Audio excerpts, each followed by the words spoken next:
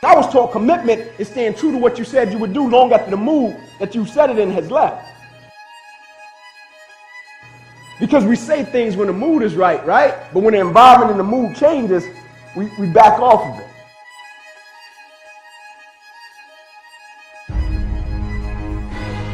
Get yourself together. Transcend your suffering. See if you can be some kind of hero. Make the suffering in the world less. Well, that's the way forward.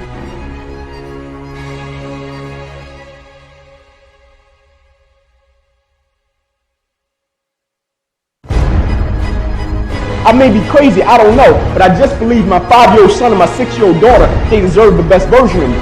I may be crazy, I don't know, but I just believe my wife that I've been with ever since we were in the 5th grade, she deserves the best version of me. I may be crazy, I don't know, but my 3 little sisters, I just believe they deserve the best version of their big brother. I may be crazy, I don't know, but the people I'm of service to on the face of this planet, they deserve the best version of me, and I'm not going to give them any less. Are you dead? And obviously you didn't fucking die when the dog slapped you. So including last night, that's 3 fucking damage incidents that didn't kill you. Pain or damage don't end the world, or despair, or fucking beatings. The world ends when you're dead. Until then, you got more punishment in store.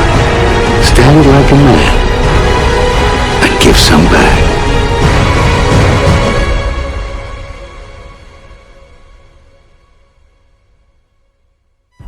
If you're going to try, go all the way.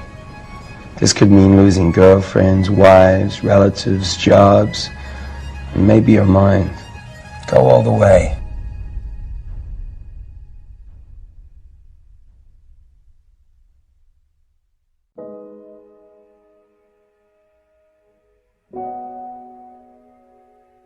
Pick up your damn suffering and bear it. And try to be a good person so you don't make it worse. Well, that's a truth. You know, I read a lot about the terrible things that people have done to each other. You just cannot even imagine it. It's so awful. So you don't want to be someone like that. Now, do you have a reason to be? Yes! You have lots of reasons to be. God, there's reasons to be resentful about your existence. Everyone you know is going to die. You know, you too. And there's going to be a fair bit of pain along the way, and lots of it's going to be unfair. It's like, yeah, no wonder you're resentful. It's like, act it out and see what happens. You make everything you're complaining about infinitely worse.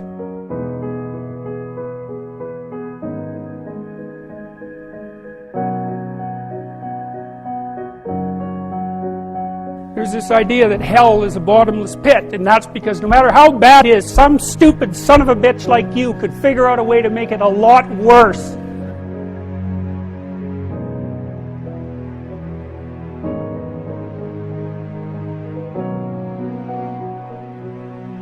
Life is suffering. Yes. Well, who wants to admit that? Well, just think about it. Well, so what do you do in the face of that suffering? Try to reduce it.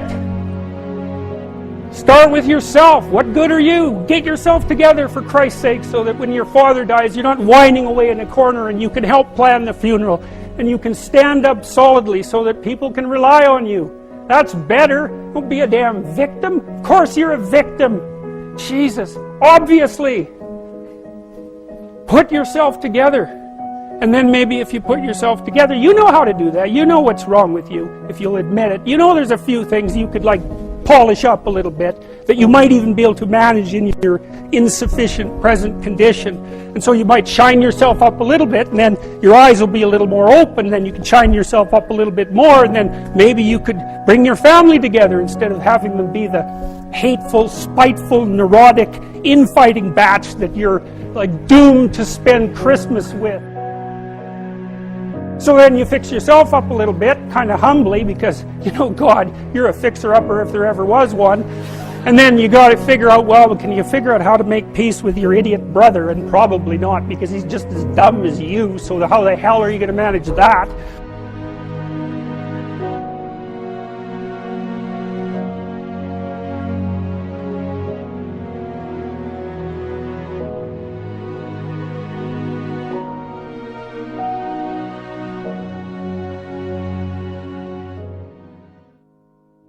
You're a little clued in then, at least a bit, because you've done something difficult that's actually difficult. You're a little wiser, and so then maybe you could put a tentative finger out beyond the family and try to change some little thing without wrecking it.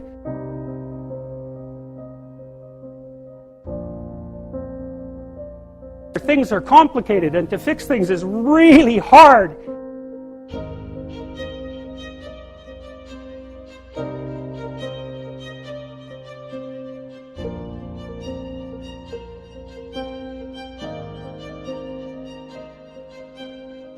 It's like, how do you overcome the suffering of life?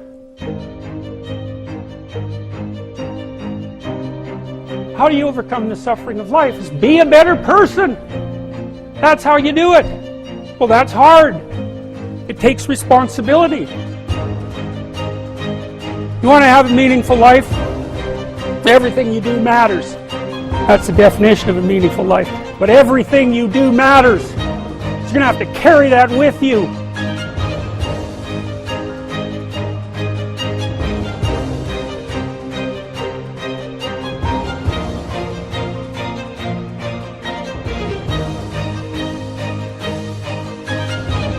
You're stuck in meaninglessness, but you don't have any responsibility. Which one do you want? Ask yourself, which one are you pursuing? And you'll find very rapidly that it isn't the majority of your soul that's pursuing the whole meaning thing, because, well, look what you have to do that.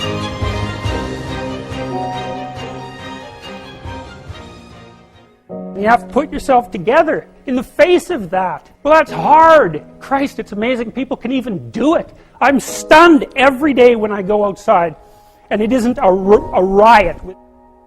I knew this guy. He'd been in a motorcycle accident, and it really ruined him. And he was like a linesman, you know, working on the power. And he was working with someone who had Parkinson's disease, and they had complementary inadequacies. And so two of them could do the job of one person, and so they're out there fixing power lines in the freezing cold, despite the fact that one was 3/4 wrecked with a motorcycle accident and the other one had Parkinson's. It's like, that's how our civilization works. It's like, there's all these ruined people out there, they've got problems like you can't believe. Off they go to work and do things they don't even like. It's a miracle. It's a miracle. And we're so ungrateful.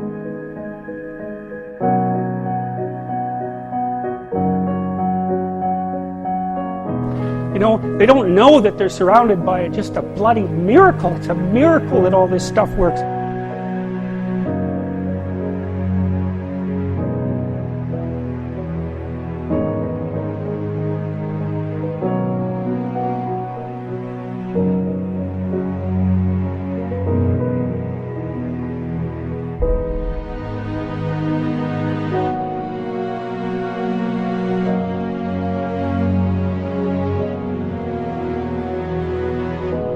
It's an old idea. It's far older than Christianity.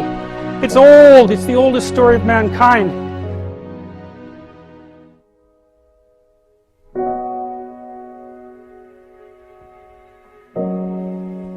Get yourself together. Transcend your suffering. See if you can be some kind of hero. Make the suffering in the world less. Well, that's the way forward, as far as I can tell, if there is any way forward.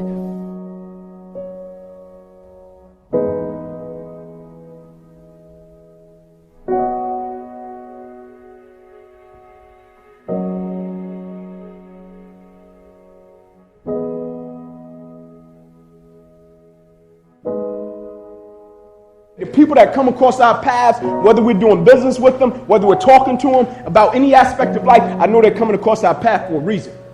And I'm going to try my best to leave them a little bit different.